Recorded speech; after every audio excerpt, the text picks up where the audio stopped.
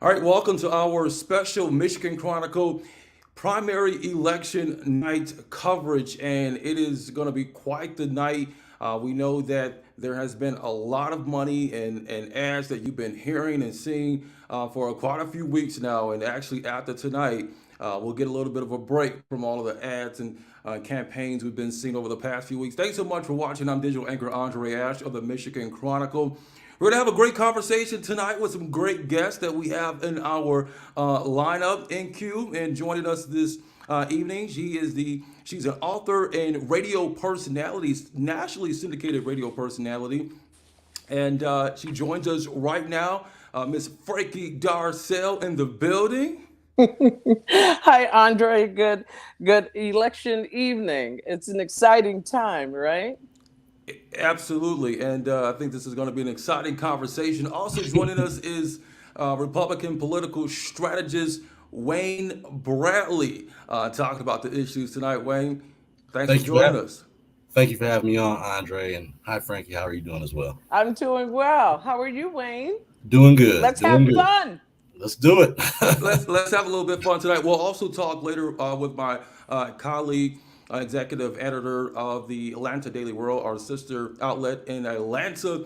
He'll join us for some of the national conversations and what the midterm elections means for all of these political races moving forward. And we know Georgia is a hot state right now with a lot of issues on the table. So we'll be talking to him in just a moment later in the broadcast tonight. We'll be bringing you election results throughout the evening, so don't go anywhere. We'll have that live election result ticker at the bottom of your screen. Also joining us later in the broadcast as well, former Michigan State Senator Burt Johnson will join us tonight on the broadcast too. So let's get it started. So I know everybody wants to talk about that 13th congressional race because I know it seems like everybody and their mama is in this race. Yeah. But let's start with the 12th congressional district, right? And of course, these are newly formed, crafted districts, and Rashida Tlaib, you got Chanel Jackson, you've got City Clerk Janice Winfrey. That was always going to be an interesting race to watch. But what will be your take, Frankie, on how your insights on how that race is Wow, shaping up between those what an candidates? exciting race for Rashida Tlaib to decide after the redistricting to run in the 12th, right? Right. And bring all of what she brings. Now, people can say what they want to say about Rashida Tlaib. She's an incumbent. She's got backing of some very, very loyal folks. She's loud. She's brash. She's an attorney. She makes no bones about how she feels about issues, even when she doesn't back her party leader, the President of the United States, and has been unabashed and unashamed to tell people what she thinks. And she says that people like when she speaks the way that she does. But she's taking on an individual who has carried Detroit as the clerk in Janice Winfrey. She's backed by some very strong folks. She's got money. She's a person who has been in the political game for quite some time, and she's backed by a lot of strong individuals. So I think it's going to be very, very close. I think Janice has an opportunity to be able to take down the incumbent tonight. So we'll see what happens. Love Chanel, think she's a wonderful, smart, and incredible sister, but she really just didn't bring a lot to the table this go round in order to really compete with those two incredible candidates. And what's interesting is that, and an interesting note to that, Michigan Chronicle did endorse, the Michigan Chronicle editorial board endorsed City Clerk Janice Winfrey for this primary I thought I election. would leave that for you to say. Yes, absolutely. Absolutely. But, to the point that you were talking about Rashida Tlaib, Frankie, Mr. Wayne Bradley. Now, we know what Congresswoman Rashida Tlaib said about your former president. hmm And, what's your take on how the 12th congressional race is shaping up? Should it be for Rashida Tlaib or someone else? To be honest, she obviously comes with the most infamy, if that's the word you want to use at this point. I think that it would have been better served. In my opinion, she's a better person in the activist field than she's been in Congress. Like, She does not agree with even with her president. She doesn't agree with her own leadership. So I just don't see how she brings back much to the district in terms of what you're looking for in terms of job growth and economics. She's an activist, and I think that's her best role. I would have liked to see someone that's actually serious about getting something done in Congress to be actually elected to that position. Well, to that Are, point, are you suggesting? Are you suggesting though that Janice Winfrey wouldn't do that?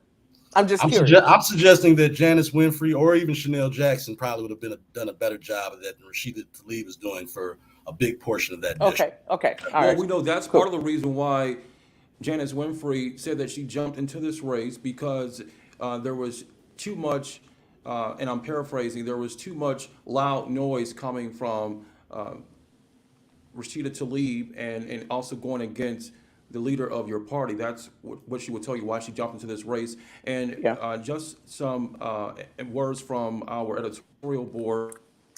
We stated that the Michigan Chronicle views Winfrey as a proven leader who has worked with diverse groups in her tenure as city clerk to reach common goals and objectives on behalf of Detroiters. And as a congresswoman representing the 12th Congressional District, we believe her ability and willingness to work with diverse people and entities will bode well on Capitol Hill to bring much needed resources and dollars home. So Chanel Jackson, we know that she had worked in the states, she was a state representative at one point. And she had really been quiet on the scene lately. When we think about the 12th Congressional District and what it makes up, it's more than just really Detroit, but we're talking suburban Southfield communities. Southfield is one of them. Wayne Bradley, do you think this district will be better served for Democrats or Republicans in this race? being totally honest. I don't care what district she would have been serving in. That district probably been better served off with a different congressperson. I think Rashida Tlaib is a nice person per se, but she's an activist, and we need legislators that represent the district and are trying to bring something back home to actually get done. A lot of the issues that she fights for are big global issues. She's fighting for international issues instead of focusing on her district. Now, that's my only, my criticism. Now, obviously, I could go deeper on a political stance, on a rant about some of the things I think she involves her time in, but I think the biggest thing is she just does not represent the needs and the concerns of a big portion of her district. And that would be my biggest issue with her. And Andre, at this point, people at $5 at a gallon of gas, if we look back over the last 2 years, we look at what congressional members brought to the district across the board, especially in southeastern Michigan or to the city of Detroit. If you look around and you live on your block or your community, your neighborhood federally, what has changed in your community? I'll say this about Clerk Winfrey, proven elected official. And when we talk about serving the citizens of the city of Detroit, and you look at the population at about 82% African American, we have to realize too that the city of Detroit does have Hispanics and others that are non-African American. Clearly, the majority are African American, and that Clerk Winfrey has served those people from a nonpartisan perspective. So she understands diversity, she understands legislation, and she was in a real tough race against who serves now as the lieutenant governor. So she understands what it takes. She's an educator by profession. And I think, if she's successful tonight, I think you're going to see her, especially after what happened in the 2020 election, dealing with one of the issues that's very important right now, which is elections and the ability for some in Washington to want to change the electoral process. She would be coming to Washington, being attacked in 2020 after the last presidential election, and she came out of that flawless. So I think she is a great person for this job at this time, and understanding what this district, what the 12th Congressional District will need. But we'll see what happens. I think that's an interesting point when we talk about Janice Winfrey, because on one hand, she's praised for the 2020, outcome when it comes to the city clerk's office doing the best they could to make sure that these results were legit, while others criticized efforts that were happening over at Cobo. But then she also has a track record of long criticism for some of her well before 2020. Years. Well, that's what I was listening to the compliments. Well before 2020, she was criticized. I would love to hear Lieutenant Governor Gilchrist and how he thought she did in 2018 in terms of her being the clerk. And I thought that was the one thing I was impressed by the way she ran her campaign, because obviously there were a lot of the Democrats that were supporting her, but there was also, I'm sure, some Democrats that felt like they might not have got elected because of her in previous elections. And I thought that Chanel Jackson. Well, are you suggesting that they may not have gotten elected as if there was some malfeasance involved? Is that what you're suggesting? There has been before 2020, there was always questions and clouds over some of the elections that were handled in Detroit. And so I think to me, I thought that was, you're right. I think she would come into DC with a wealth of knowledge about how to run elections. But, to say that it's been just a rosy picture the whole time, I don't think that is an accurate way of looking at it, because she's come with her own set of questions. Yeah, I would agree that there Wayne, were some questions, but even prior to her election, there have been questions about the electoral process in the city. Yeah, in the city of Detroit for quite some time, even by her predecessor. But exactly. I would say to you, in Southeast Michigan and the city of Detroit, tell me somebody that does not have an elected official that does not have some kind of rosy question as to something that they've done. That's a long list of individuals. If we're going to start with Janice Winfrey, we could start with some folks that are in city government today. And when we talk about election integrity and elections being rigged, I'm sure you have the same type of criticism and questions for Donald Trump, right, Wayne? I mean, at this point, that election is perfect. He's perfect. No, I said, you know me, Andre. I've moved on. Sometimes you got to accept your losses and move on and come back stronger next time. And so that's where I've always stood with that on the election. Well, let's have that conversation another day. But you know what? Let's also dig into some of these numbers that are coming in right now. We thank you so much for watching our special Michigan Chronicle primary election night coverage. We also have the governor's race we're watching as well on the Republican side. Tudor Dixon coming in at 43%, Kevin Rinking 20%. We'll get to the Democratic side for Governor Gretchen Whitmer in just a moment. But right now, Rashida Tlaib coming in at 56%, Janice Winfrey 26%, and Kelly Garrett 13% right now. So a big gap in the top lead and second when it comes to Rashida Tlaib and Janice Winfrey. We did not mention Kelly Garrett, who's actually the mayor of Lathrop Village out here in the Southfield area, who actually has some leadership. I did. Well, you just did, right? So we should have. She has some quality leadership experience again, but it's just being in a smaller, city compared to being from Detroit. That was going to be the major advantage. Yeah. She did get Brenda Lawrence's endorsement, though. Right. So now, as we continue to watch these election results, we talked about the 12th congressional district, but now let's talk about the 13th congressional race. First of all, I mean, there are so many people in this race. It almost reminds me back in 2010, I believe, when everybody jumped on board to run for mayor once Kwame was out. I mean, just everybody from every inch of the city was running in that race.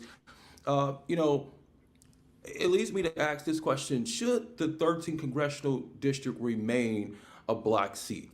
We know that seat had long tenure under former Congressman Conyers, and since its passing, now we have this seat that has been up for grabs for quite some time, but now it's newly constructed as well with this new 13th congressional district. So should the 13th congressional district remain a black seat?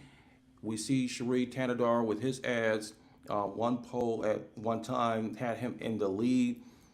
What says you, Frankie?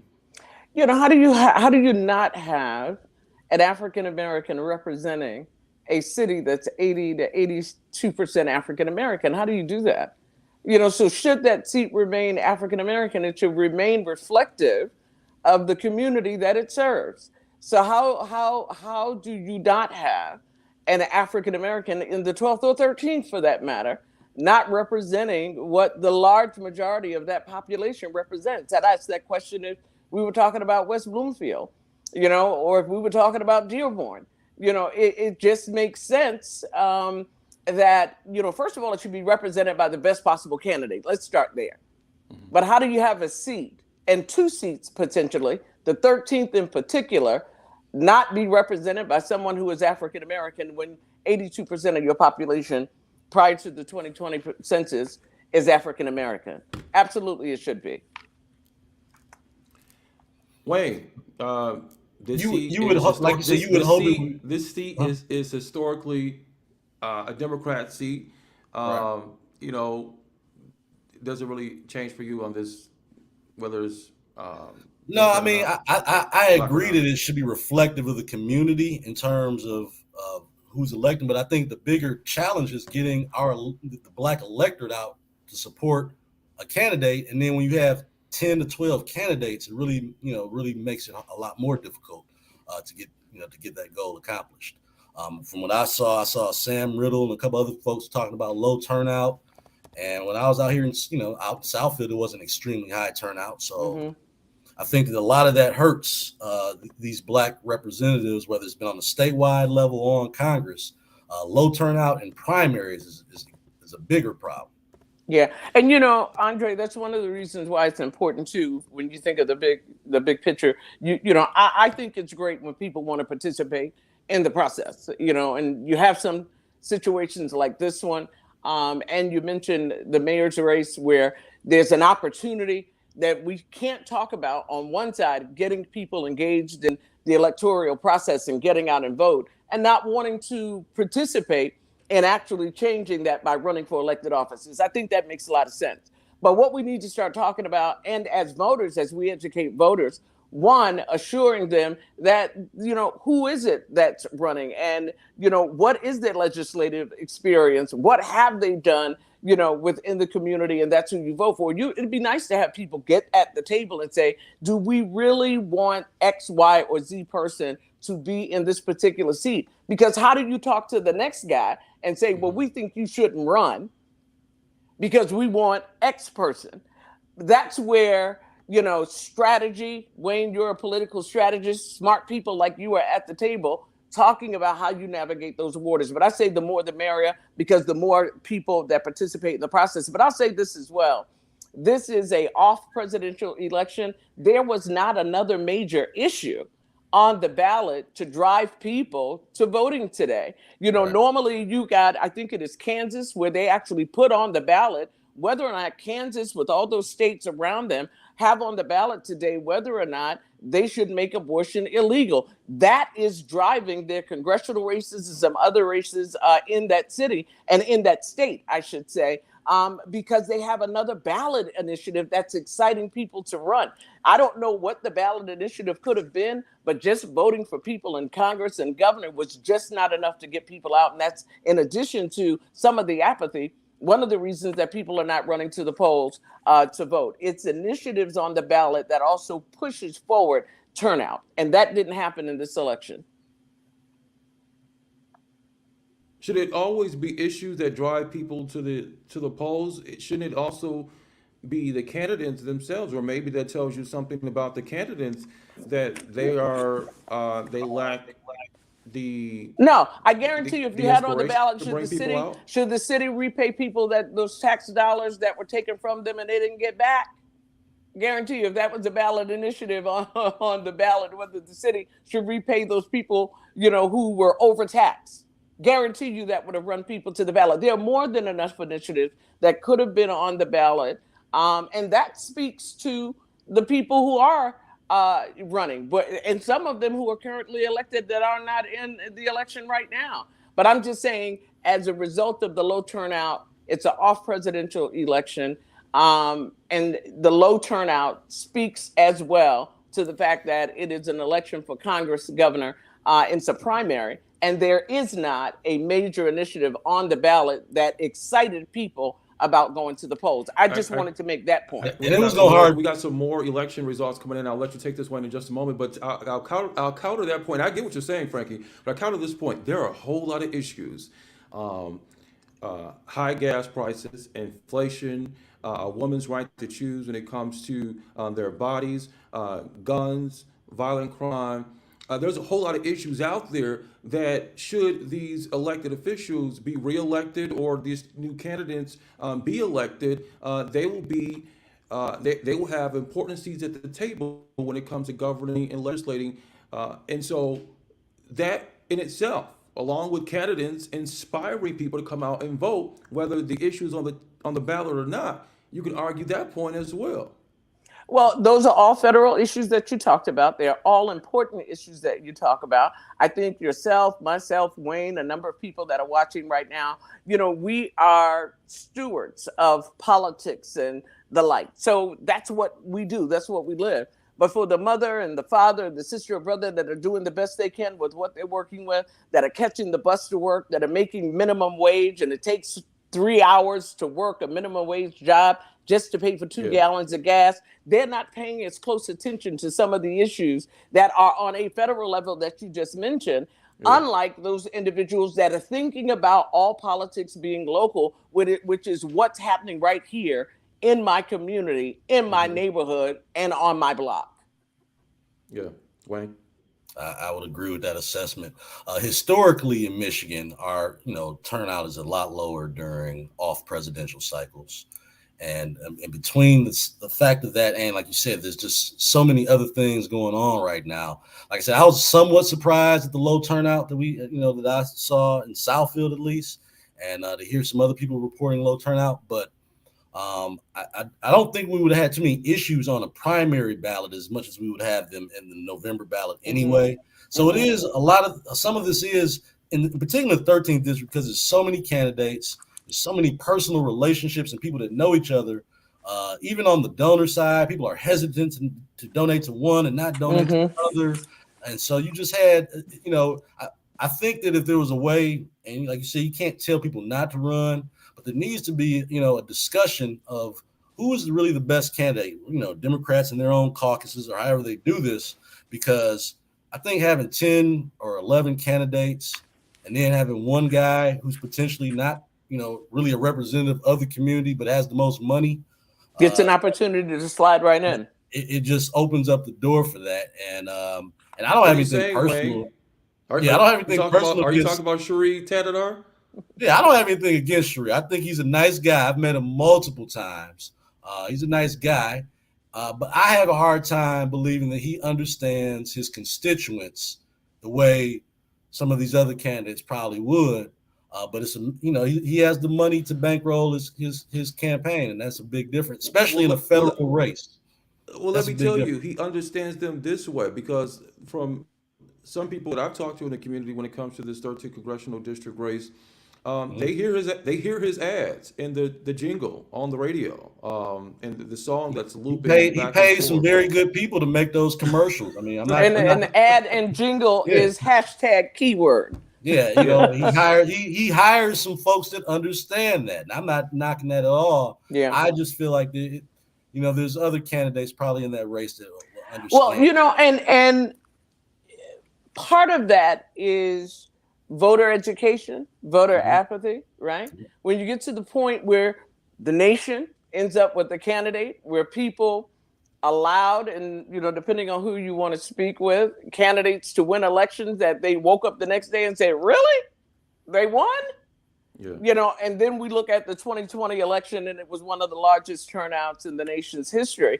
Maybe it may take for, Detroiters, specifically to this point, to wake up one day and say, how did that happen? Well, did you participate? No. Well, that's how that happened. But, the process is the process, whether he serves. And at the end of the day, people want folk that are going to serve them. Should Detroit have an African-American representative? Absolutely, it should. But what they need most of all, be they African-American or not, in the old phrase, all skin folk ain't kinfolk, someone who is going to represent them in a way that they're going to get results and their quality of life is going to be improved. And every opportunity and service that needs to be brought back to the city of Detroit, they have the opportunity to be able to get. Because my question would be for folks is, what have you gotten from what you were formerly getting? And in the words of the great musical theologian Janet Jackson, what have you done for me lately? If you pink polka dot blue or striped if you're going to serve the people in the city of Detroit and in the 12th or 13th Congressional District, you want someone who is going to represent your best interests. And quite frankly, one of the reasons I thought that Rashida Tlaib would do well is even if she just talks a good game, she's talking it and people believe her. That she does. Messaging is key. And being able to inspire people with your messages is another as well. More election results coming in. Thanks so much for watching our Michigan Chronicle primary election night coverage. We got the one and only author, radio personality Frankie Darcell joining us, and also Republican strategist Wayne Bradley joining us live as well.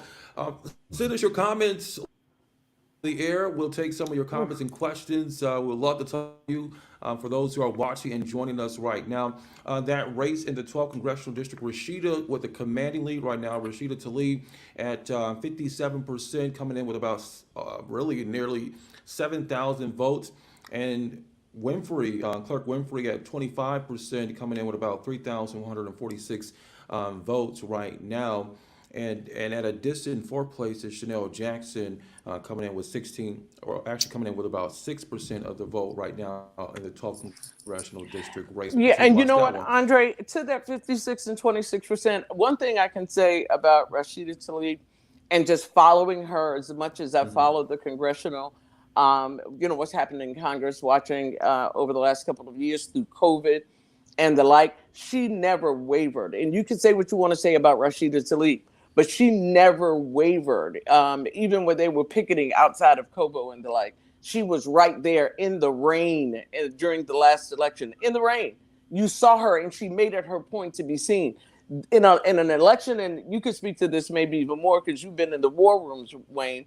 But the idea is not just about the endorsements and even the money. In a campaign in a time like this, when you know there's possibly going to be low voter turnout, are you going to be able to turn out more voters? And that's what she did. She has a litany of loyal people that are her ride or die, that are going to show up on election day and they're going to vote for her. And this 56 to 26% is that. Well, go ahead, Wayne. She's an activist. I can't take that away from her. She's highly active in the community. She's been arrested a few times, or at least for protesting. I mean, those things are what people remember, and it makes for good political theater. Like I said, at the end of the day, I'm a bottom line kind of person, and I just haven't seen her get a lot done. But she is very active in terms of what her issues are. You can make an argument that her whole idea of this Green Deal is bad for Michigan. It's bad for the automotive industries. High brings up higher gas prices, but she has not wavered on any of her bad ideas. We're giving you the most up-to-date results with our election result ticker that's streaming at the bottom of your screen right now. As those races continue to come in, we'll bring them to you live, and we'll have full election coverage in tomorrow's edition of our print newspaper. You don't want to miss that. Pick that up every Wednesday, but also especially tomorrow after tonight's election coverage. We'll have front page and really throughout the paper election night coverage from several of the different races. And so don't forget to pick up your Michigan Chronicle newspaper first thing tomorrow. We have our staff writers and editors who are working for really pushing the clock and they're trying to get most of these numbers in, and so we can have fresh results for you first thing in the morning, and of course on our website at michiganchronicle.com. So look, we talked about the 12th Congressional District race. We talked about the 13th Congressional District race. Let's get to the gubernatorial race. You know what surprised me the other day? I was driving down 75 freeway, and there goes a billboard with James Craig, former Detroit police chief, who got knocked out of the race because he didn't have enough votes when it came to his gubernatorial run. But he said that he was still going to give it a shot and have a write-in campaign, and that is exactly what it was on that billboard. To write, he was urging voters, even today when he posted on his social media, but on that billboard to write his name in. Wayne Bradley, what's going on with your guy? Oh, he's your guy, Wayne? Well, I don't work for any of these candidates, so but as a friend, he's definitely somebody I would consider my guy. So I will just say this: it was very disappointing to see it come down to a write-in campaign. I think that it was going to be very hard, in particular because it was still 5 candidates in the governor's race. that can garnish their vote. And then once Tudor Dixon got the support of the DeVos family and moved forward, and then eventually got the support of Donald Trump even last week, I knew it was going to be a very uphill battle from there. Yeah. And I say this respectfully, Wayne, but were you disappointed when there were fraudulent signatures on his filing I'm application? Yeah, I'm disappointed for multiple reasons about that. Mostly because I just felt like, he was a newcomer to politics and just probably did not have a good enough grasp of when you're running a gubernatorial campaign, you got to ask questions. You have to question, it can't just be your consultants tell you what you're doing. You have to ask questions. And I think that him just being, someone who had not been involved at that level of politics, I think that's how that happened, in my opinion. But yeah, I was disappointed to see that come down because he should have got those signatures. And I think if he would have got the signatures, he would be in a totally different position this evening. So you know what? I'm gonna take my glasses off, get them a little closer to the screen. Was he on the ticker anywhere? No. Did I see him on your ticker? Okay, I just wanted to make sure. No, he's. I haven't get a little seen, closer. Yeah, I haven't seen him on reporting out of any counties yet. Either someone else just sent me a message like he's not even reporting. I'm like, yeah. It would be very hard to get in a gubernatorial race where there's 5 candidates that are on the ballot. And then we start talking about even some of these other candidates that a lot of people haven't heard of, but had strong grassroots presence, like the Garrett Sedanos and Ryan Kelly. These guys, they've been running for governor for the last 2 years, essentially. So they were going to be the ones, if you were, getting those smaller pockets, they never grew that much during the primary season, but those guys are going to get a lot of those votes.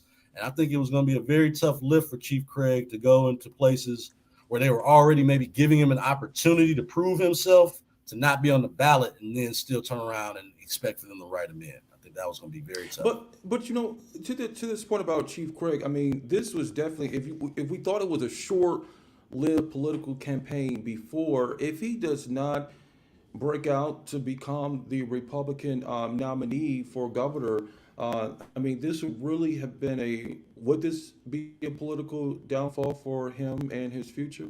Because he had quite the story to tell as the guy who's from Detroit, who's laid off, come back home with the police chief. He received some praise, he received some criticism. He did have some support within the community, but we saw that change a bit when he ran for governor. What support did he have? Or was it when you serve in the capacity as chief of one of the largest city in the state, especially coming behind a finance manager that put you in place? What support? What support? Because if there was support, he did. Let's be clear here. There were a lot of. Wait a minute, I didn't finish my point, Wayne. Hold on. What I'm just asking the question, because when you serve in a capacity like that, and you serve as chief of the largest city in the state of Michigan, sometimes in positions like that, folks' ego, and I say this respectfully, can become larger. Your ego gets the best of your judgment. Right. Although you're a chief and all of the praise that you may get and things like that you then decide, wow, look at the praise. I can run for governor. I can run for governor not knowing how I need, Wayne, in your words, to be able to file to even get on the ballot. So my question becomes, what support and where was that support, if any, when he decided to run? Name me 3 individuals out of the city of Detroit that stood with him, that showed that level of support that he should be governor. I'm just asking the question. Well, again, I just want to make clear, I'm not. And that's the point that I was making. Police chief, but if any translate when he ran for governor, but the strategy from the beginning when he had his announcement, and it just to have boggled with the political guiding his ship, because it never really caught a consistent way of thoughtful strategy, telling the story of who you are, and everything just go down. Well, did it go downhill, Andre, or it never existed? Is my point. I mean, because for the two of you, you appear to be Wayne, surprised. eh, I'm just well, saying, the two of you appear to be surprised. There are Detroiters who are absolutely not surprised that this would be the outcome. No, I'm surprised he didn't get on the ballot. I mean, that to me was, like I said, to me, if he would have been on the ballot, I think there would have been probably a different outcome tonight. Or Well, Wayne, if I had been a size 8, I'd have been in those jeans I saw yesterday that I liked. I get it. I totally get it. And like I said, I didn't think coulda, shoulda. Yeah, he didn't. He wasn't gonna probably win an election as a write-in candidate. Not unless, like I said, maybe if it was two candidates, it was him and one other candidate. Maybe that's possible, but with 5 candidates and you have a well-funded guy in Kevin Rinke, Tudor Dixon had finally got her support from the DeVos family, and Donald Trump eventually supported her. What was that, last Thursday or Friday? That to me was going to make it next to impossible at that point for him to win the entire primary. Those endorsements came after the announcement of the. No, the DeVos endorsement came on Monday, and on that Tuesday, Chief Craig was found out that he was not going to make the ballot. But at the same time, I think that there already been wind of it that might happen. So I think that that concern was real, and the fact is that Tudor Dixon had made herself probably a lot more available to a lot of different folks during this primary season, and I think that's why she ended up winning the endorsement. I'm glad you brought her up because she's leading the race on the Republican side right now. So that leads me to this next question on the Republican side. Since we have you here, Wayne, what is her if she wins the Republican nomination tonight? What does she do for cities like Detroit and Black people? What is her? I think that she's going to I think she's going to definitely have a bigger discussion with Detroiters about that. And I think that a big thing that she supports and is a big proponent of is small business. And I think that small business in the Detroit and Southeast Michigan in particular is what drives a lot of our business, whether it's auto suppliers, business owners and that type of thing. So I think she does need to have that conversation. In terms of, most of the Republican principles that we stand for, she's been pretty consistent on that. She has not been getting caught up in the 2020 election cycle, which is refreshing. But she did believe that the election was stolen. She's deflected from that, but she did believe that the election.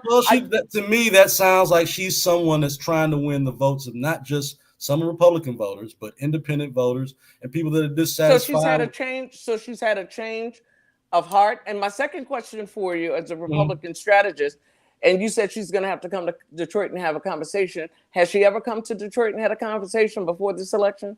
I'm not familiar with that. She was a TV personality before she ran. So she may have come to cover a story.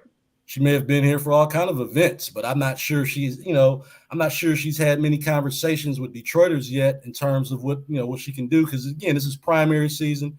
5 different candidates were in the race. The focus right now is winning that primary. But I can tell you that she has she's very intelligent. She has, knows how to communicate extremely well.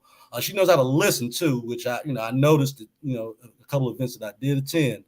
So I think it's more or less of having that conversation. I know she's already been, looking at certain lieutenant governor candidates, which I cannot talk about right now, obviously. But I think that she understands that if you're going to win Michigan voters and you're going to win the state of Michigan, you're going to have that conversation. Right. And the conversation Kevin Rinke, with Michigan. I know has been doing the same thing. So, I mean, and especially behind the recent Supreme Court decision in Roe versus Wade, she opposes abortion rights with no exception. With no exception. Rape, and no exception to rape and or incest. So when we talk, that's a conversation across the state. So when she has that conversation, I can tell you as a man, I'm glad that it will be her and Whitmer having that conversation as opposed to Kevin Rinke. Well, I think the governor. What is the difference with her? And because she's a woman. Yep, I'll be quite honest. I think that's a good open discussion for them to have. But how sexist is that, Wayne? For you to suggest not sexist. It's just being honest. It is. Why do you think it's an easier conversation? Because Wayne, I think you got yourself in a crossfire. No, because this is a women's rights issue, and I think it's not. Do you know that it takes a rights issue? I have no. It is not a woman. It's a rights issue. It's not a woman's right. It's a woman's right to choose, but it's not a woman's rights issue. Well, it's no different. Wayne, it's no different than a man shouldn't win because this issue is on the ballot. Listen, if you talk about Rinky, if Rinky is the governor, it is a rights issue. I said that I'm more comfortable letting those two have that discussion because they're women, is what you said. That's fair, though. It is not fair. I think it's good. It is sexist. How can it be unfair when I'm saying are there all men on the Supreme? They're both mothers with young daughters themselves. I think this so who impregnated them, Wayne? Huh? We're not talking about whether a woman is pregnant and only two women can discuss whether this is an issue. I didn't say only two women could. Because listen, the Supreme Court, the very court that made the decision, weren't all women. Mm-hmm. The majority of them that made that decision were all men. Right. So there was no issue with all men overturning Roe versus Wade. So now why do we believe that in the state of Michigan, it's best that two women have the discussion about whether or not? I just said I look forward to it. I look forward to that discussion. I don't know if it's necessary. If it's the best, I think it's just good to have in this discussion, in particular on that one issue, because everyone says it's a woman's right to choose, and they've made it a woman's issue. If you believe that, I think it would be more sexist for Kevin Rinky to say that, and people would look down on him. No, because you're acting as if men don't get a right to vote on this issue. We don't get a right to choose, though. But will men vote on this in Lansing? Whenever this comes up for a vote, will men get a right to vote on it? So why is it that only two women have to be at the table?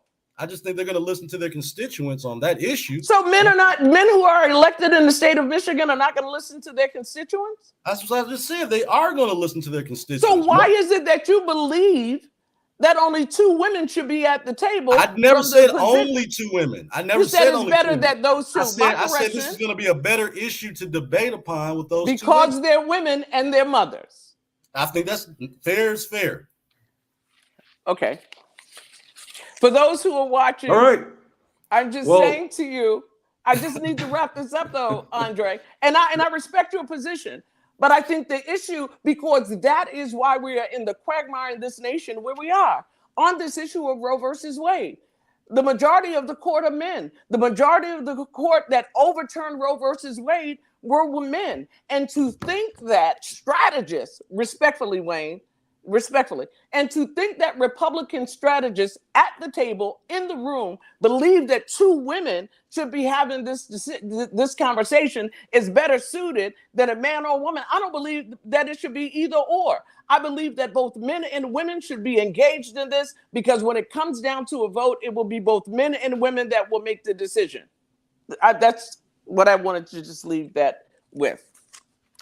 And as it relates to the abortion rights, and with no exception to rape and incest. And until you sit and you speak with a woman who has been raped or has been sodomized by a father, a brother, an uncle, or someone in their family, can you even say that and make that assessment?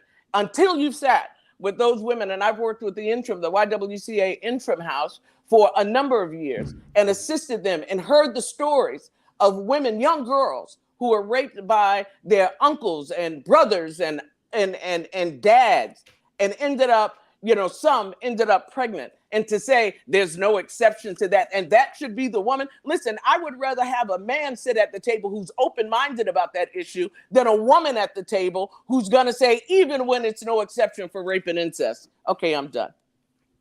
All right. We're coming back.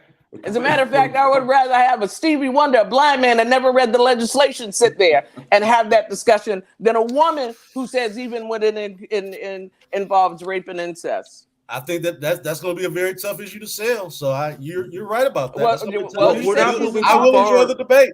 We're not moving too far from this debate, because we know that the candidates in these races, particularly here in the 12th and 13th Congressional District that we've been talking about tonight, they'll have issues that they'll be voting on that that are up for big nationwide debates. And we know Georgia is one of those states where the governor's race there is a very heated one with Stacey Abrams.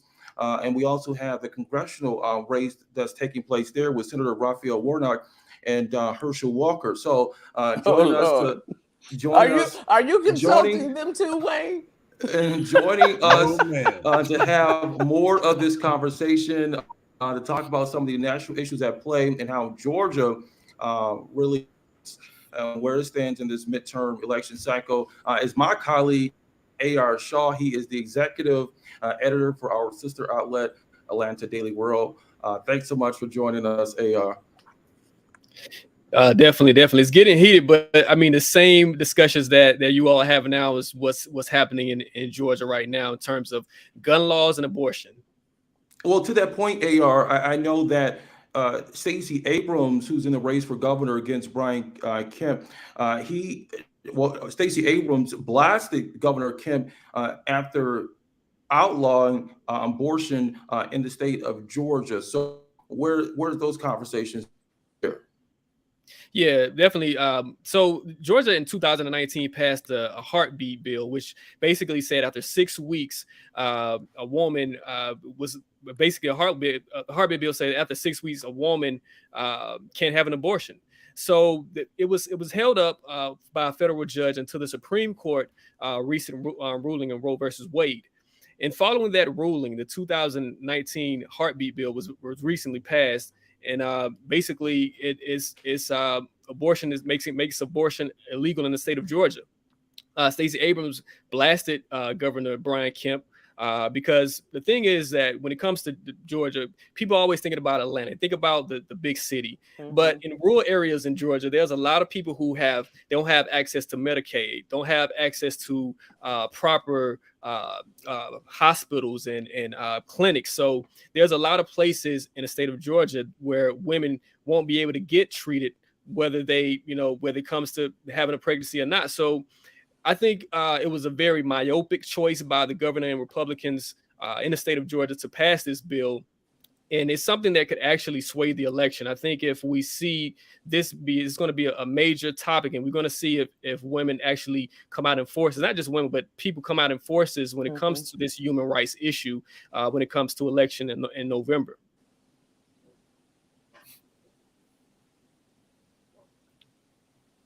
You're on mute. And to that point, AR, I'm almost afraid to ask Frankie and Wayne what you think about it. Well, Wayne, we should sit down and have coffee real soon. I'd love to. Watching that on the sidelines, I've had the opportunity to interview Stacey Abrams on a number of occasions. And I respect the fact that she had a number of opportunities to head to Washington.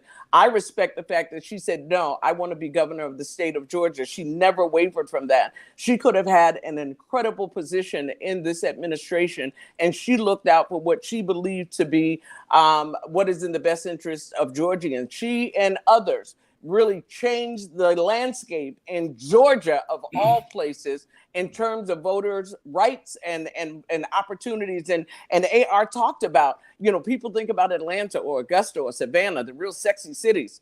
But that doesn't just make up Georgia. Georgia is very rural. My daughter, as you know, is a Spelman grad, went away to grad school, went back to Atlanta. I can't pry her away from Atlanta. But Stacey Abrams has also engaged young voters to get out and participate in the process, including women. And being a graduate from Spelman College, she got a whole lot of women behind her that's really pushing this initiative. And there's a cross-section of women, Black, white, and otherwise, that respects what it is that she's doing. And I think, AR, and I don't know what the answer to that question is, just following it, watching it, and talking to my daughter, which is really engaged, that there are, white women, just like with the election of Raphael Warnock. He didn't win that with Black folks alone. He did that with, the backing of people who don't look like him. So I think that she has a great shot this time in taking down Governor Kemp. I think that the Republicans already know that the Democrats can flip Georgia, and I think she's going to get it done this time.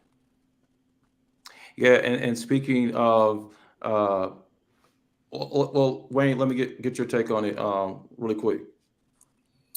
Well, I think like she has done a lot in terms of the voting rights process down there in Georgia. There's no taking away from that. It will be interesting tonight to see how the race turns out in terms of the Senate race. That's a little bit different. I think that's very interesting. Some of the candidates they have in that race, but I think overall, Brian Kemp, Brian Kemp is what he's done. He's mixed it up enough where it's still gonna be a very close race in Georgia, and you're asking a lot of voters who might have some be a little iffy on Stacey Abrams to leave Kemp. Kemp has stood up for himself, which I will give him credit for. He stood up against Trump, which never really has happened, and I think Georgians respect him for that. So I think it's going to still come down to the last minute up down there in Georgia on that race. There are a couple other issues I want to hit on that's happening in Georgia, the Senate races, and also the issue of guns. We'll get to that in just a moment because, quite frankly, what's happening locally with our congressional race districts matter to some of the national issues that are up for national debate. And Georgia is one of those states that's leading on that front when it comes to how the makeup of the midterms will look like. But back here at home in Michigan, Metro Detroit, we are continuing to watch the election results for our primary come in. And I want to get what the 13 congressional numbers are looking like because we've been kind of still with the numbers there. Not us in particular, but the numbers that are just coming in general for the 13th congressional district really have been almost where they've been all night at 0%. Really not getting any numbers coming from out of the 13th congressional district at all, quite frankly. So that's something to watch. It looks like, Andre, in the 12th, it looks like it was only 2.7% of the district has reported. That's still really low. I didn't look at that number earlier. That's only in terms of reporting. So that's only in terms of how many of those precincts have actually, finished their tabulations and turned them in. So when we look at that 50%, 56%, that number that Rashida Tlaib had, it's still very early. There are a number of precincts that haven't even reported yet. I mean, 2.9%, that's Warren and Connor. Yeah, right. I'm about to say that's like the quarter. Right. That's like the quarter that's just not enough to even, think at 56%. It takes me back to that Kilpatrick Freeman Hendricks race when a number of the precincts had reported, but some of the real tough precincts had not reported yet, and it ended up being not a blowout, but a significant win. I'm sure we're used to now here in Wayne County in particular getting our votes a little bit later in the evening. In particular for that 13th, and it's a good portion. Even the 12th, but it's still early. Very early with 2.9% of the precincts reporting at this point. Yeah, and 13th congressional district still 0%. So it seems as if it may be a while when it comes to getting numbers for that race. So we'll keep a watch of it. Watch on it again. Rashida Tlaib still leading, but again, only by 2.7% when it comes to the precincts that are reporting.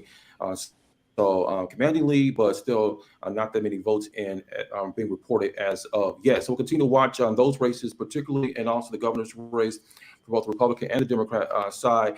But let's also go to more to the national conversation. AR, we know Georgia is one of those hot states, and when we talk about violent crime, when we talk about mass shootings, guns are still an issue and a hot debate for us in this country. And just this week, Governor Kemp in Georgia canceled an event because of an issue about guns. Tell us, feed us more to what that issue was about. And I know that Stacey Abrams blasted him for that decision. What's the story?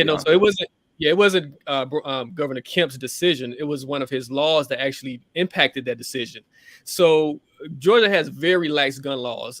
One of the I guess most lax gun laws in the entire country. But it's one of the places where you don't have to have an ID to carry a gun. If the police stop you with a gun, they can't arrest you. They can't ask you for see if you have a gun license. They don't. That's one of the only states in America where you can just carry a gun. And so there's a gentleman in Monroe County, which is a small county in Georgia. He threatened to basically sue Live Nation about the Music Midtown, which is a large festival in the Atlanta area. He basically threatened to sue Music Midtown if they wouldn't allow him to carry his gun on the property. Mm-hmm. So the thing about Georgia law is because you can carry your gun on any public property, he basically said, I have the right to carry this gun at Music Midtown. And so to prevent any confusion or an influx of individuals carrying guns inside the festival, Live Nation basically decided to cancel the entire festival based on this one person who made threats to sue Live Nation if he couldn't bring his gun on the property. But Stacey Abrams again, she went after Brian Kemp because she said it's a nonsensical bill, considering that Atlanta has one of the highest crime rates in the nation. There's multiple incidents of individuals dying or gunshots every day on the news, and so we see that there's a direct impact from these gun laws, and it seems like Brian Kemp is almost tone deaf to what's actually happening on the ground to the citizens of the state of Georgia. So, of course, Music Midtown was canceled, and there's also other big events in the Atlanta area that could be impacted by this bill, as well as other big festivals may consider canceling, because they can't keep individuals from bringing guns inside the property. Mm-hmm. Wayne, you had a smirk on your face. You almost seemed to applaud the lawsuit. No, what I'm saying is this is where Republicans, especially in red states, are going to have an advantage because I think that, Stacey Abrams wants to change their constitutional carry rights is essentially what that comes down to in Georgia. Tennessee is like that as well. You don't have to have a license. You don't have to have any of that to constitutionally carry. I mean, they've tried that here in Michigan. We were unable to get that done here. But the idea, whenever I hear that, you just said you were talking about Atlanta and all the crime there, and we're obviously seeing all these different national, federal cases with people with guns and everything. Those people are breaking the law. They're criminals. And by definition of who they are, they're going to break the law. There are no laws. Wayne. That are going to make people stop doing this. That's why I had to give Wayne the first response to this. Wayne. This is why we're going to continue. We can have this debate forever because there's no law you're going to create that's going to stop either a mentally insane person or a person that wants to do damage to someone by restricting the gun rights for legal gun owners. It just doesn't make sense. Well, here's the thing, and we all pray that none of our family get caught at a grocery store, right? Or that unarmed. when our kids are told to go to school and learn, and an 18-year-old is able to get an AK-47 and just walk into a building. I'm saying to you that I believe when the founders of this nation gave folk a constitutional right to bear arms, then we still today should be able to allow people to bear arms. But the question becomes, what kind of arms and how do we manage that? Now, Republicans would like to tell you by any means necessary. But I got to tell you, unless you are in the room and you are in a situation where the gun is pointed directly at you, and I know what it's like to have to go to a morgue and identify a relative that was shot senselessly for no reason, that we do need, and we're in a place. When they did this 450 years ago, we weren't living with the technology that we're living today. We weren't living with the access that we're living today to firearms. And whatever that is, however that works, I believe both sides need to come to a meeting of the minds, because I'm going to tell you something to AR's question. That goes to the young brother who wants to go to the club. Now, just because you're a white guy and you going to an event in suburban Atlanta and it's a Live Nation event, and then I'm going to sue you, well, then the brother who's walking into the nightclub, it's the same public venue. You can't have laws that work for one and then laws that don't work for other. And let me say this, the next time they decide that they're going to have that kind of event and your friends of the Republican Party are going to have the event and a number of brothers on motorcycles want to walk up in there with guns on their holster, I can guarantee you they'll look to change the laws real quick if they in the ballroom right next to you and they're all carrying sidearms. I challenge for that to happen. And I'll just say this. In particular with school shootings and the things of that nature, I went to Detroit public schools. You know what we had at Mumford High School in the 90s? We had police at the door. We had a metal detector when you walked in. We were safe there. Now, again, suburban schools, they say they don't want to treat their kids like they walk into a prison, right? Correct. I say keep them safe. And so these are simple solutions if we really want to do that. But telling a legitimate gun owner, some people like to collect guns. Why should you tell this person? But, so Wayne, because we don't have legitimate gun owner written on a person's head, how do you know who is and isn't a legitimate gun owner? How do I know? And see, and there again, just like you said earlier, see, this is where Republicans just flip-flop. I'm not mad whether you're a Democrat or a Republican. You say only women can discuss the issue of abortion, and then you turn around and say that everybody should carry a gun, including people who are mentally ill. How do you know that? I didn't say only women could.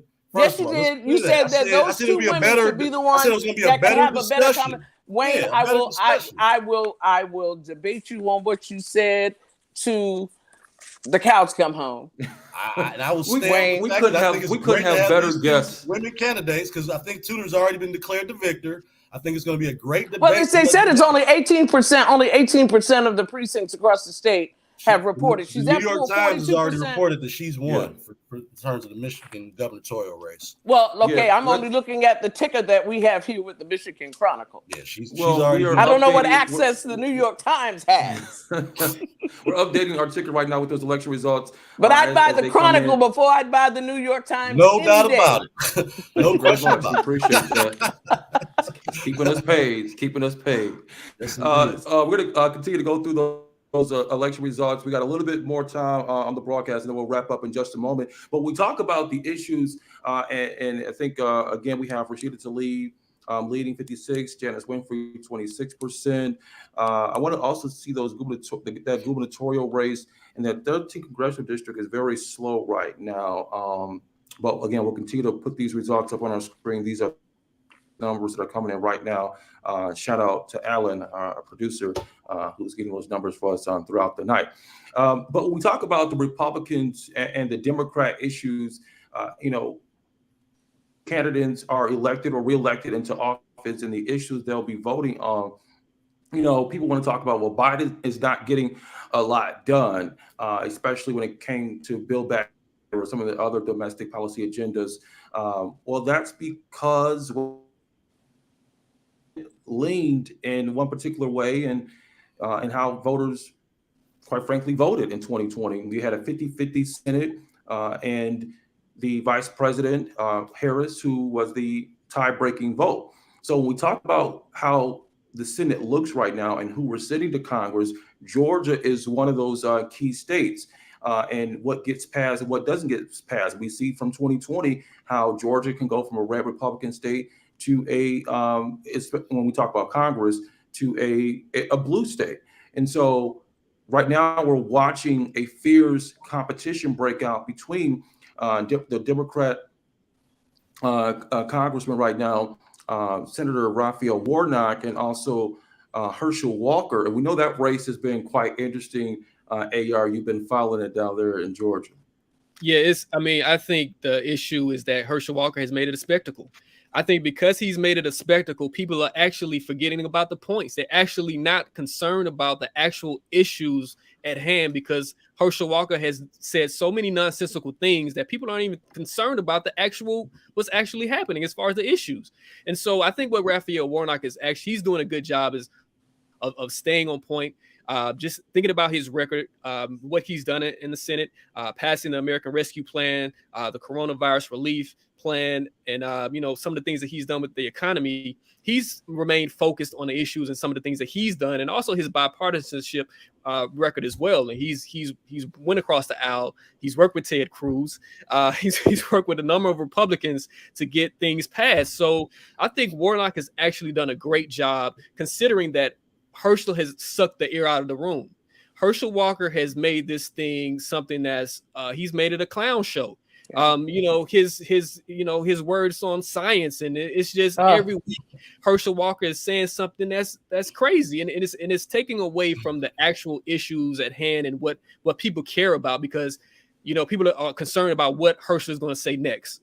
So I applaud. Are Black people concerned about what Herschel is concerned? Because obviously there were enough Republicans for him to be the nominee, right? So you know when you watch television and you hope, oh, please don't let it be, please don't let him look like me. So our black folk in Georgia, even though he's running on the Republican ticket, and it was probably people that didn't look like him that got him that nomination to be in this runoff. Yeah, it's embarrassing because I think what we saw, what the thing is, Herschel Walker, he was this football hero, brought the UGA a national title. So for so long, Herschel Walker was considered a hero to most black people in Georgia as well as white. He was a hero. He brought a national title to UGA, and so in that sense, people are embarrassed that it got to this point where he's an actual, a candidate to get into the Senate. So I think it's more of an embarrassment from the black communities in Georgia. And for Republicans, I just don't understand what they're thinking. I don't understand, why they would put him out there to embarrass himself like that and to embarrass the party like that. It makes no sense to me. And Wayne, do you have an answer for that? Because why people need to understand why this race is important in Georgia is because it yields either a positive for Democrats in the Biden administration on the votes they'll have in the Senate or what they'll be able to get done in this midterm, or whether Herschel Walker gets that Republican vote in the Senate. And so this is Trump's endorsed guy.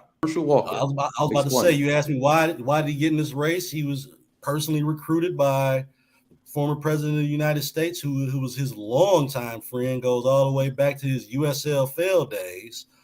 So he has a relationship with Herschel Walker. And to be quite honest, the people that have had long-term relationships with Donald Trump tend to stay loyal to him. And so he asked him to run for that Senate position. He lived in, at that time in Texas. So, but like you said, he's a Georgia legend. And I'm a lifetime Cowboys fan. He's for football guys, Herschel Walker is that guy. But does he stand a chance of winning this race? All about name ID. And an important vote that Republicans would need in the Senate when it comes to countering Biden's agenda, like we know Republicans want to do. Well, I think that at the end of the day, the reason why, like I said, he ran is because of his, notoriety in the state of Georgia.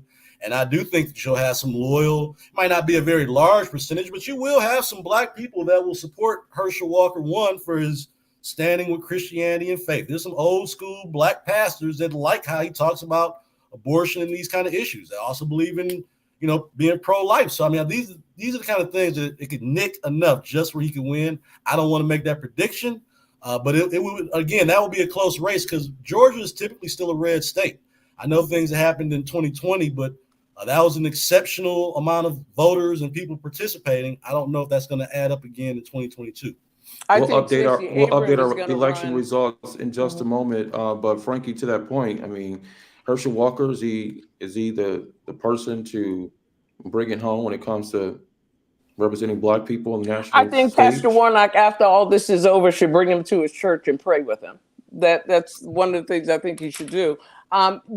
Again, I'm going to go back to what I said about a whole bunch of folk jumping into the race. I believe that helps the democratic process in terms of whoever feels that they are a citizen and they're eligible to run. Because people did vote for Herschel Walker, good, bad, or indifferent. They did. But I would say this as well about the Democratic Party and the Republican Party. The Republican Party are some rah-da-da folk. They don't care if you think that climate change means that if it rains, the sun is really shining. And the candidate is standing there telling you that. That's plan. They are going to ride or die with you. Unlike Democrats, they're going to tippy-toe around this. I think this is a great opportunity for Democrats to really take down. Look at during the Obama administration. I mean, there are Republicans now taking credit for not allowing him to move some of the initiatives that he was able to move. One, I believe that he was a Democrat. Two, he was the first black president. Intentionally shut him down.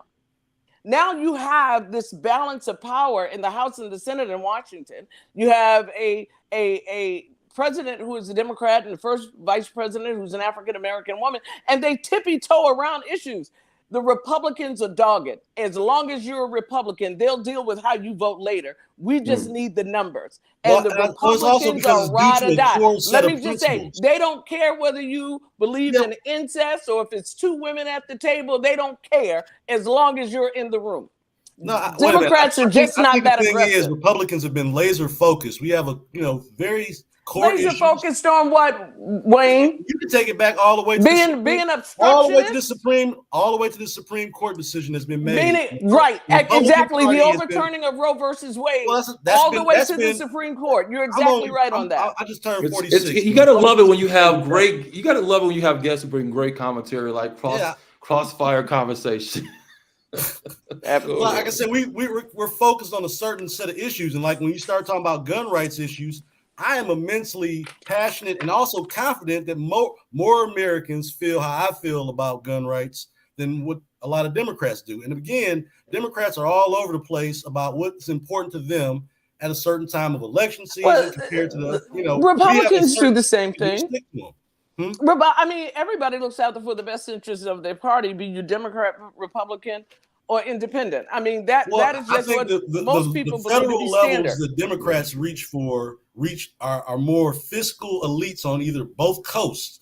And that's where Republicans continue to win in bigger elections because that wasn't my point. The Green Deal and all that stuff, that does not help Midwest. Wayne, if we talk about the January 6th hearings that are going on right now, with the elections. But see, there you go. We are going to get back to that. We are going to get back to that. Do you go ballrooming in the city of Detroit? Do you ballroom? You say I'm good on my feet, huh? Yes, indeed. You dance around and you've got the ballroom down to a science. That's a good one. Because Republicans love to shift the conversation and inconsistent issues. That's what they do. You don't want to talk about Trump because we know that Trump has some issues. Don't want to talk about tonight. Well, but he's not running. But his influence. You guys are more obsessed with Trump than we are at this point. No, you're not. You've evaded the conversation of Trump on 3 different issues in this conversation tonight.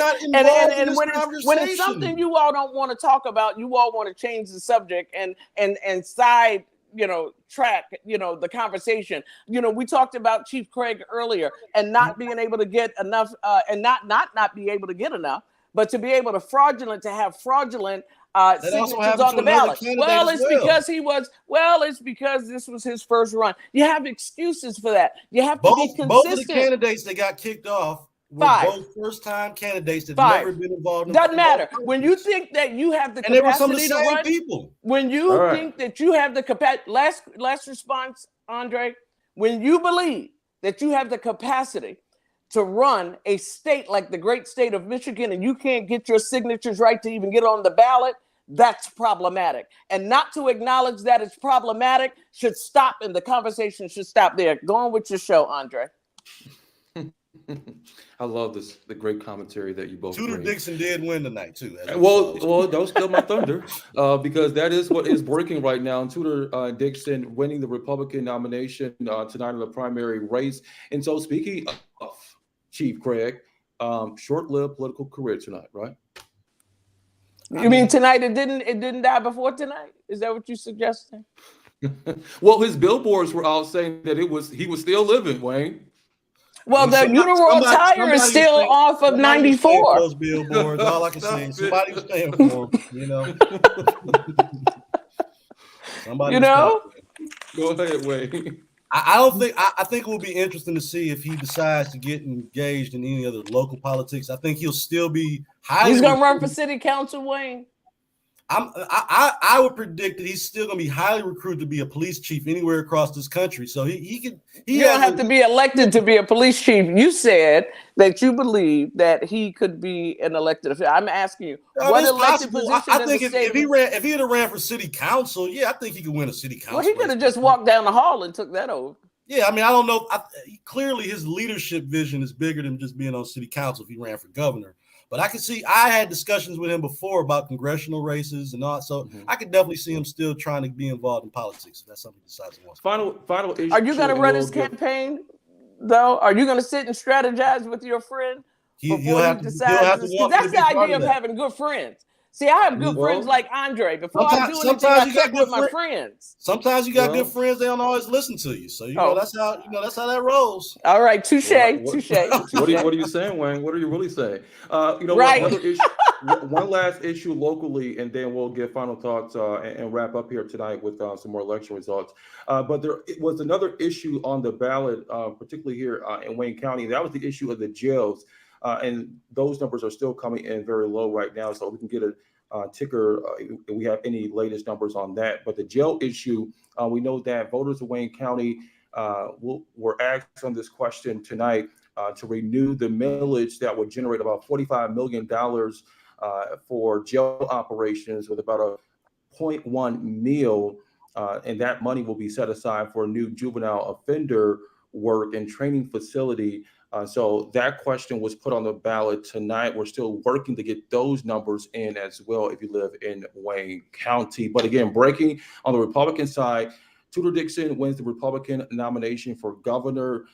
And if you're from Detroit, we know the highly publicized race for James Craig that really almost went nowhere, short-lived political career. That's a story people will probably be talking about as well tonight. The highly contested 13th Congressional District race, the highly looked at 12th Congressional District race, those numbers continue to come in with about 56% again for Rashida Tlaib, 25% for Janice Winfrey, and then the other candidates coming in at distance third and fourth places. We're also, do we have any updated races, Alan, for the 13th Congressional District? And Andre, later. if you don't Can I mind, point out one other thing too? 10th district, we have a black man, John James, that just won tonight. So we ought to be talking about that a little bit here. yeah, well, see now you see how all of a sudden he took a deep breath and his chest started going like that. That's a good feeling. History's being made. Absolutely, I get it. But listen, in the race, which I think is equally important, Andre, I just wonder if your incredible staff could see if they see any numbers. The race for sheriff with Raphael Washington, quite frankly, Joanne Merriweather, and Walter Epps. I would love to see what those initial numbers are. We know after the death of one of our favorite sons, Benny Napoleon, Raphael Washington finished out that term. And it's been, I've had a number of conversations with people this week leading up to today in terms of some questionable cases that he was involved in involving women, Mr. Wayne, and women I just did not believe that women were going to show up at the polls and support. But it would be interesting if your staff, if they had any numbers, I could wait till later. But I would love to see what the numbers are in that race for sheriff. And by the way, and despite I know that those are fair criticisms that you bring up, and they've also been widely reported. I should also state for the record that the Michigan Chronicle editorial board endorsed Wayne County Sheriff for that race as well, Sheriff Ray Washington for sheriff. So just want to make sure that we are on the record for that. We'll continue to get numbers roll in throughout the night.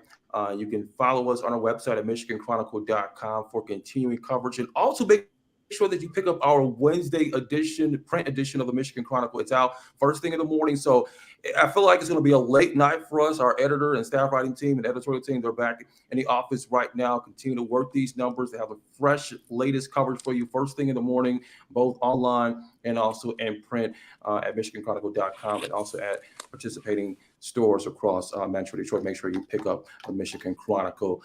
Thank you so much to all of our guests. I do want to leave off with final thoughts. AR, what's your take as we move forward in this midterm election cycle? Definitely. Definitely. Election season is definitely big.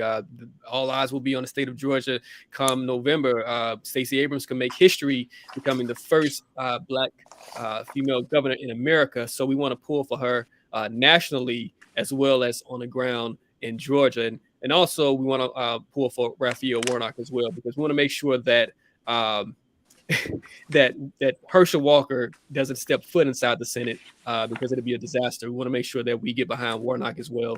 And it's just going to continue to heat up over the next few months. So I look forward to it. Let's also now head to Let's head over to Wayne. What's your take on the election results from tonight? Can't say that I'm too surprised about, in particular with the governor's race. Looking at that way going into it. Like I said earlier, I'm looking forward to the debate between these two governor candidates about all the issues. and it's going to be, like I said, election season's in full swing. I think that, again, the 13th district, it would be a shame if we don't have anyone that does not truly represent the community, but we'll let the voters speak for that. And I'm looking forward to the rest of election season. Thank you for having me on this evening. Absolutely. Republican strategist Wayne Bradley. And concluding final thoughts here tonight, author and radio personality, iHeartRadio, the one and only Frankie Darcell. Wow, thank you so much. And thank you for having Wayne. Wayne, the next time we get together, it is all on me. I cannot wait. Thank you for this invitation. It's been wonderful to be on with AR as well. So excited to watch Georgia from the sideline. Congratulations to each and every candidate that even thought that they had an opportunity to change their community. It takes a lot. Politics are not what they were before. Your personal life, everything about you is on Front Street. So to each and every candidate who felt that they wanted to play a role in changing their community, kudos to you for that. Congratulations to everyone that has gotten the nomination as well. Interesting race, quite frankly. The Republican candidate Tudor and Governor Gretchen Whitmer almost look like they could be distant relatives. They almost look alike. Tudor actually has an incredible resume. I think that Governor Whitmer is going to be tough to beat. Big Gretch is coming with her A game. She lived through one of the most tumultuous times in the world history through COVID. Got the state, on the other side of COVID, still standing, went through a kidnapping plot and did so in stilettos. And she's going to go through this election doing the same thing and making changes and every day improving the lives of people in Michigan. I don't believe that the candidate, although may be worthy to be the Republican candidate, is not going to be able to handle the experience that Governor Whitmer has gained over the last 2 or 3 years. She's coming to the table with her A game. She is not going to be playing. And when she has her first debate, I hope that you're at the table, Wayne, because it would make that whole debate interesting. We should have a debate party. Enjoyed myself. We should have a debate party. We should do that. We should do a debate party. Good to be with you, Wayne. Good to be with you, AR. I appreciate you so much for the invitation, Andre. Thank you so much, everyone, for watching our special coverage, our Michigan Chronicle primary election night. Tune in first thing in the morning. Pick up your Michigan Chronicle print edition newspaper at participating stores across Metro Detroit. And also, as we continue to update the numbers throughout the night and first thing in the morning at MichiganChronicle.com. Follow us on social, Facebook, Twitter, and Instagram at Michigan Chronicle. Always a pleasure to talk with strategist Wayne Bradley, who joined us today, author. And also, always a great pleasure talking and bringing in my colleague, A.R. Shaw, executive director of our sister outlet, Atlanta Daily World. Thank you so much for watching, everybody. Until next time, for news and stories anytime, check out MichiganChronicle.com. Have a good night, everybody.